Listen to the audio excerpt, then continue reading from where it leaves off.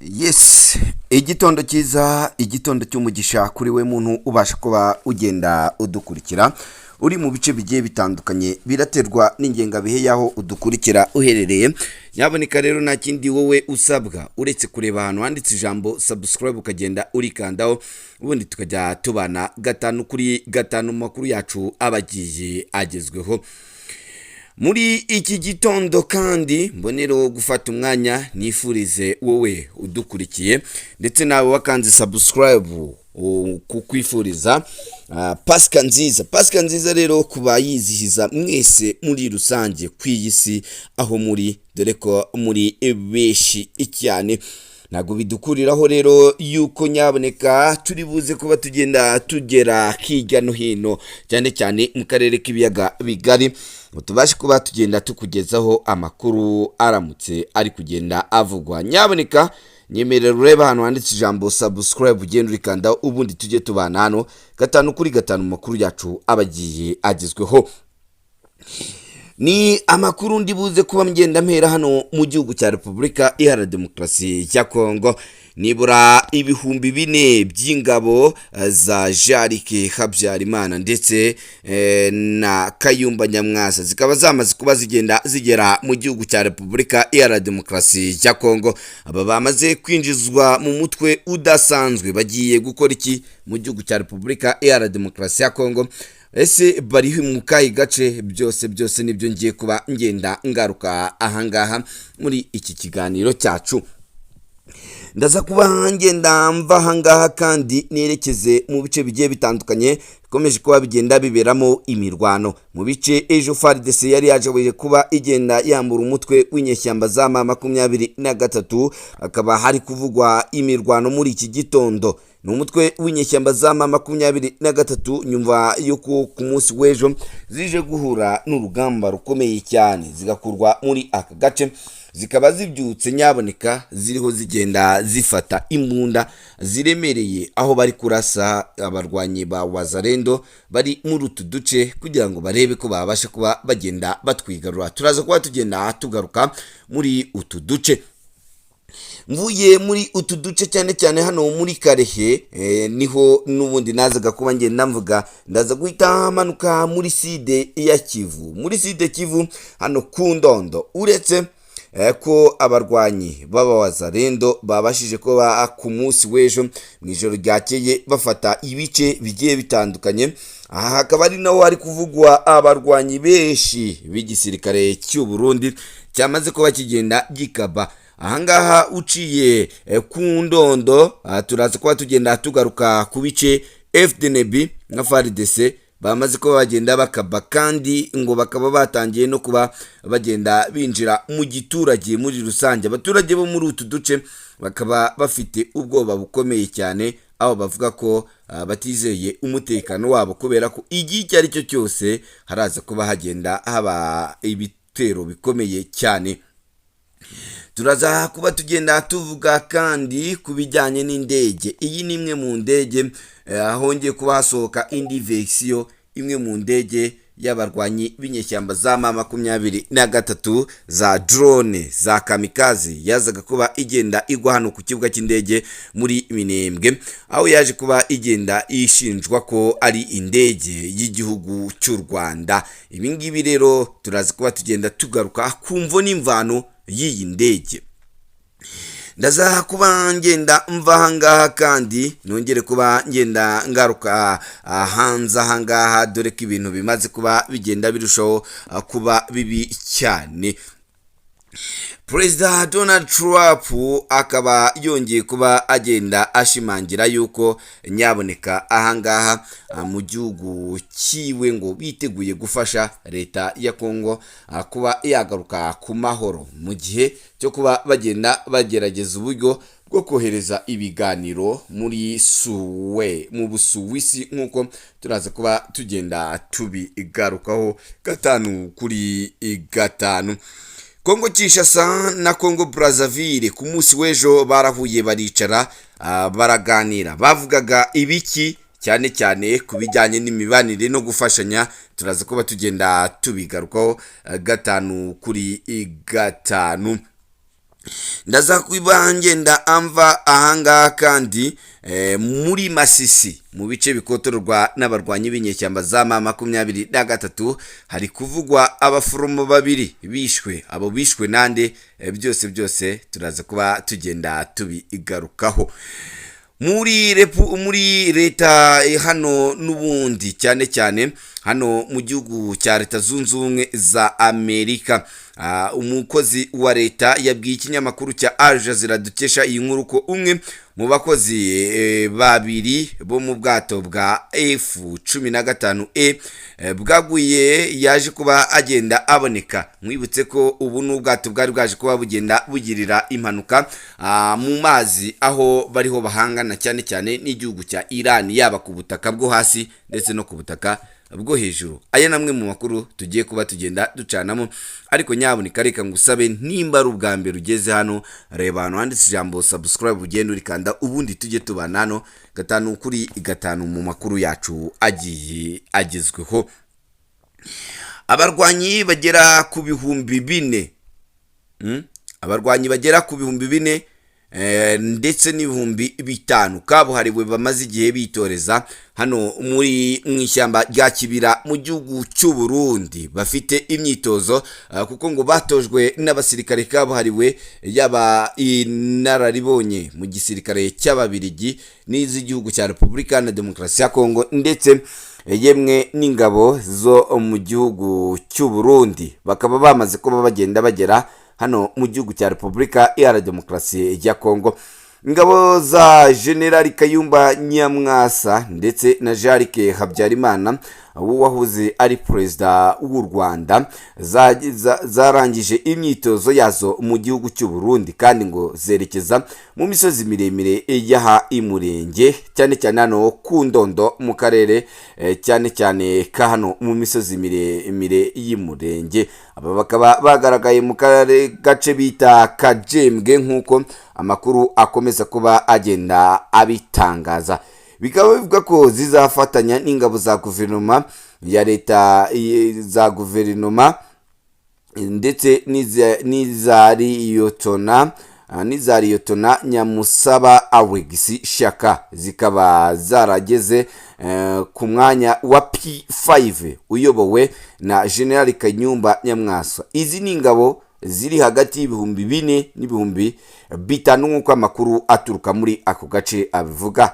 Nk'uko amakuru akomeza abivuga kandi agace k'iwabo avuga ko ibikoresho bigezweho n'intwaro byagenewe izi ngabo byajyanywe mu nkambi ya Musaga mu Bujumbura. Bikaba bivuga ko kandi ko General Kayumba Nyamwasa yayoboye umutwe wa P5, umutwe w'ingabo ukorera mu burasirazuba bwa Kongo, kandi ko yahawe inkunga na Tanzania cyane mu bikorwa byiwe ndetse n'igihugu cy'u Burundi nk'uko byakomeje kuba bigenda bitangazwa.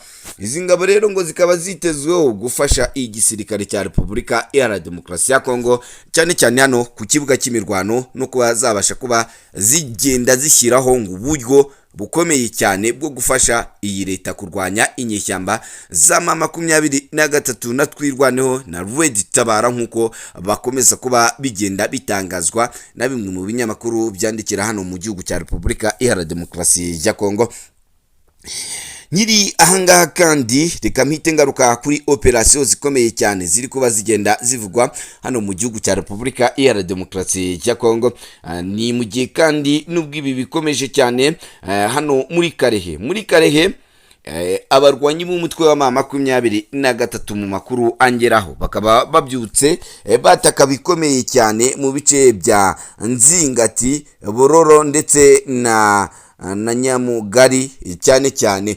Ibi bice bakaba babyatatse nyuma yaho ku munsi w'ejo. Ibi bice igisirikare cya Repubulika na Demokarasi ya Kongo gifatanyije n'abawazarendo n'abacashuro bari baje kuba bagenda babyambura uyu mutwe w'inyeshyamba za M23. Ibi bigahita bihura nuko nyaboneka hano bikomeza kuba birushaho kuba bigenda biba bibi cyane, kubera yuko nureba ugasanga buri wese muri iki gice cya Kirehe yaba ahangaha ku mwami w'ijwi, Bishaka, Gitindiro ndetse na Kabombo, bose bari gushaka target yo kuba bagenda bigarurira uyu umuhanda kubera ko aba bazarendo n'ingabo za FARDC bari kurwanira cyane cyane hano mu misozi miremire yo muri Karehe, mu misozi, bakaba ngo target nta yindi ari ugushaka uburyo babasha kuba bagenda bagera ahangaha cyane cyane muri ibi bice byo hasi, mu gihe aba basirikare ba FARDC babasha kuba bagenda bakotorora uyu muhanda hano muri Karehe, bikaba byabasha kuba bigenda bigorana yuko nyaboneka baza kuba bagenda bava ahangaha cyane. Ni mugiye kandi mvuye ahangaha muri Karehe n'ubundi cyane cyane muri ibi bice, ariko ntarava muri Karehe, muri Mutayomba, uyu umugabo Mutayomba uyoboye aba wazarendo bari muri aka gace ngo akaba yahamirije abarwanyi biwe ko byanze bikunze bazafata uyu muhanda bakawambura uyu mutwe w'inyeshyamba za M23. Mwibutse yuko uyu numwe mu muhanda nuramuka ufashwe n'aba barwanyi ba FARDC n'abafatanyabikorwa babo, byagora umutwe w'inyeshyamba za M23 kongera kuba zakurosinga hano muri Karehe, muri bino bice bya hano ku mwami w'ijwi ndetse na za Gitindiro, kubera ko baba bamaze kuba bagenda bakaca kimwe mu kiraro cyahuzaga ibi bice. Ibi bikaba binavugwa ko uyu mutwe w'inyeshyamba za M23 mw'iki gitondo ubyutse udeployinga ingabo nyinshi, kubera yuko aka gace kagaragaraga ko karimo ingabo nkeya cyane cyane ku ruhande rw'izi nyeshyamba z'umutwe wa M23 nk'uko biri kuba bigenda bitangazwa. Mvuyanga kandi hano muri Side Kivu, kano ku Ndondo, FDNB FARDC binjiye cyane cyane bakaba bariho bagenda bakotorora bimwe mu bice bigiye bikomeye cyane hano ku Ndondo, dore ko bamaze kuba bagenda banahagaba ndetse banahashinga ibirindiro bikomeye cyane nyuma yuko bapushije mu mirwano ikomeye cyane yari iyobowe na Nyamitamba. Ubu uyu mugabo Nyamitamba uri kuba abarizwa muri aka gace akaba nyaboneka yaramaze ngo kuba agenda yigarura utu duce ndetse adukuramo abarwanyi batwirwaneho ndetse na M23. Abaturage benshi bakaba bafite ubwoba bukomeye cyane muri aka gace, aho bariho bavuga ati ingabo nyinshi za M23 ntizibashe kuba zagenda zinjira muri aka gace, zibashe kuba zagenda zitabara abaturage kuri uru ruhande, nk'uko byakomeje kuba bikomeza kuba bigenda bitangazwa n'abaturage batuye muri aka gace. Ni mu gihe hano muri Masisi hari kuvugwa urupfu rw'abantu rwose babiri, ni abaforomo babiri bapfuye mu bice bikotorwa n'inyeshyamba za M23 nk'uko bikomeje kuba bigenda bivugwa. Nkwibutse ko iyi Masisi igice kinini cyose gifitwe n'abarwanyi b'inyeshyamba za M23 nk'uko turaza kuba tugenda tubigarukaho.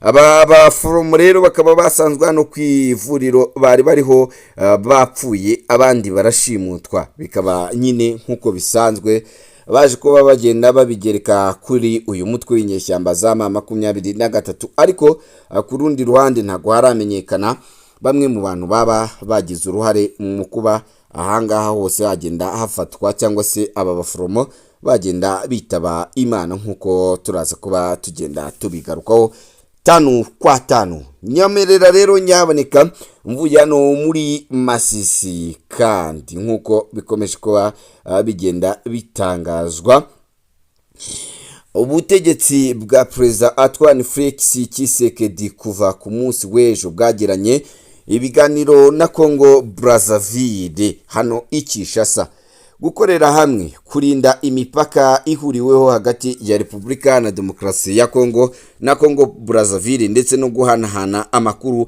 ndetse no gufashanya mu bya gisirikare, ni bimwe mu biganiro byabereye hano Kinshasa ku butumire bwa minisitiri w'intebe wungirije, minisitiri w'ingabo z'igihugu n'abasirikare bakuru ba nyakubahwa ndetse na Gio Kabombo, minisitiri wari ahangaha muri minisiteri w'ingabo wa Repubulika ya Kongo, nyakubahwa Charles Richard Nijongo arimo gusura Kinshasa mu rwego rwo gushimangira ubufatanye hagati y'ibihugu byombi ndetse no mu bya gisirikare.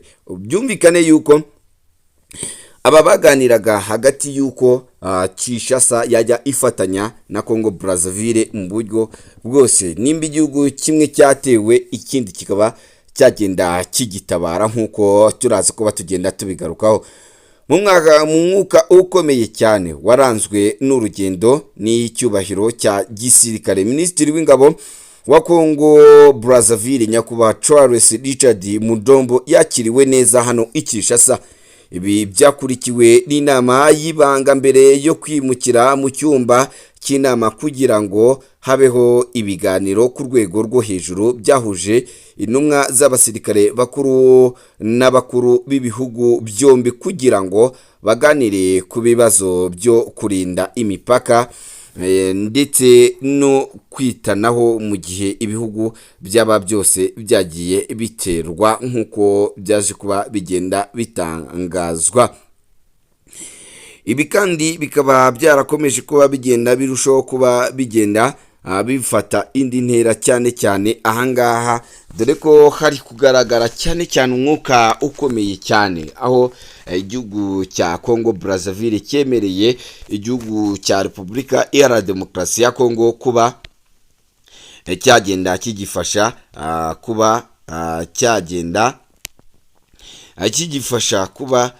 cyagenda gishaka amahoro hano, ndetse no kuba cyakwirinda izi ntambara zose ziri aha ku butaka bw'igihugu cya Repubulika Iharanira Demokarasi ya Kongo.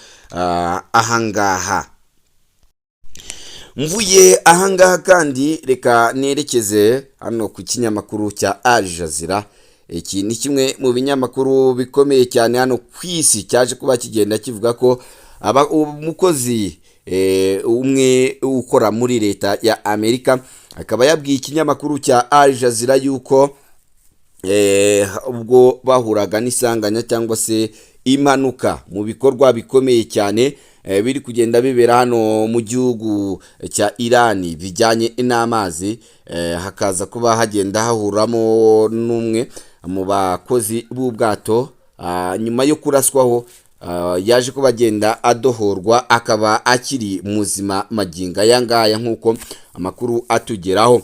Nyuma yaho rero ubu bimaze kuba bigenda biba byinshi cyane, nyuma yaho perezida w'iki gihugu yaje kuba agenda avuga yuko nyaboneka ngo bahaye amasaha 48 igihugu cya Iran kikaba cyatangiye cyamaze kuba kigenda gihagarika imirwano, cyangwa se ubundi ngo leta zunze ubumwe za Amerika ikaza kuba ihita igenda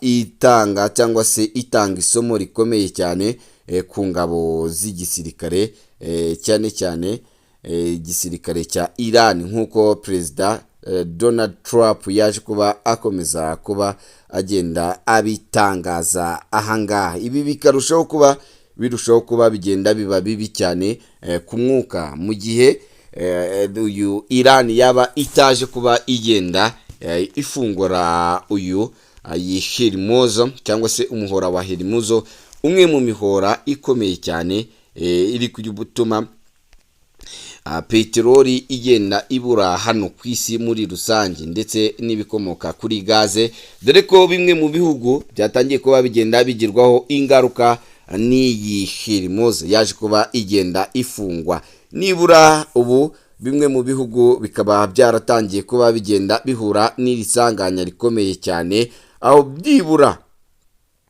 bakaba bavuga ko ubu bimaze kuba bigenda birushaho kuba bibi cyane cyane mu bihugu byo muri Afurika, cyane cyane byo mu butayu bwa Sahara, ngira ngo na hano mu gihugu cy'u Rwanda.